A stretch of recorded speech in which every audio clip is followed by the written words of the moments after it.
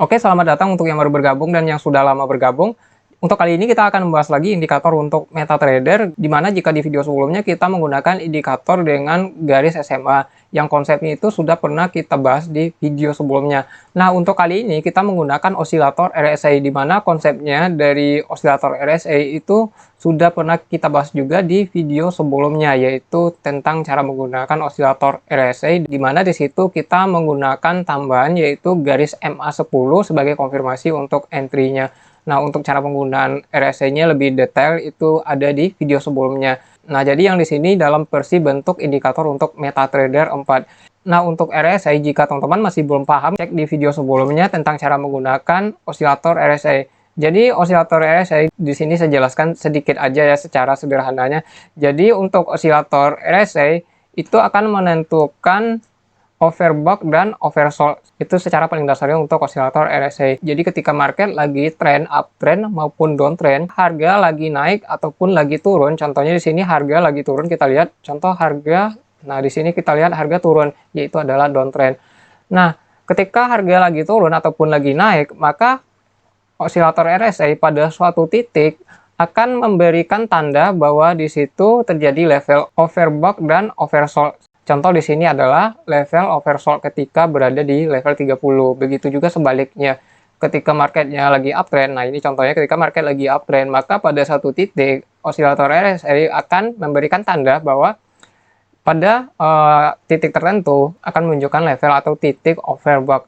Dalam artian berkemungkinan jika itu terjadi overbought ataupun oversold bisa jadi berkemungkinan akan ada pembalikan harga ataupun akan ada koreksi harga. Nah, untuk indikatornya di sini kita ambilnya dari konsep yang kita bahas di video sebelumnya. Jadi di situ kita menggunakan MA10. Nah, untuk indikatornya kurang lebih seperti yang teman-teman lihat di layar. Ini secara sekilas kalau kita lihat di Euro USD di time frame H1, kemudian kalau kita lihat secara sekilas di time frame H1 di aset ZAU USD.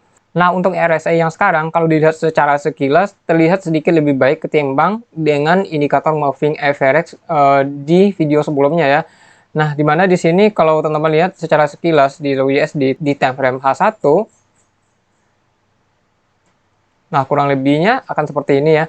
Namun untuk indikator RSI ini, saya belum tes juga lebih jauh, dimana saya cuman baru cek di dua aset yaitu di Euro USD sama di ZAU USD. Teman-teman paham konsepnya osilator RSI ya, dimana yang berarti ketika market lagi uptrend, ketika harga lagi naik, berarti osilator RSI akan mencari titik overbought, dalam artian akan mencari titik pembalikan ataupun koreksi harga. Bukan berarti akan pasti terjadi pembalikan ya, tapi bisa jadi di situ akan ada titik koreksi atau memang bisa jadi akan terjadinya pembalikan harga.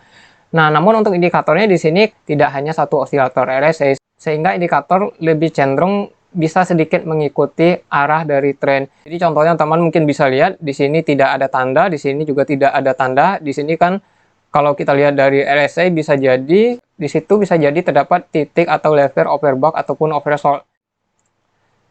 Contohnya pada tanda ini tidak terdapat ada tanda signal untuk entry sell ke bawah, meskipun pada RSI dari sebelum-sebelumnya itu menunjukkan level overbought. Kalau hanya menggunakan satu osilator dari RSI, maka setiap terjadi overbought ataupun oversold itu kita akan menyimpulkan di situ berkemungkinan akan adanya pembalikan ataupun koreksi harga.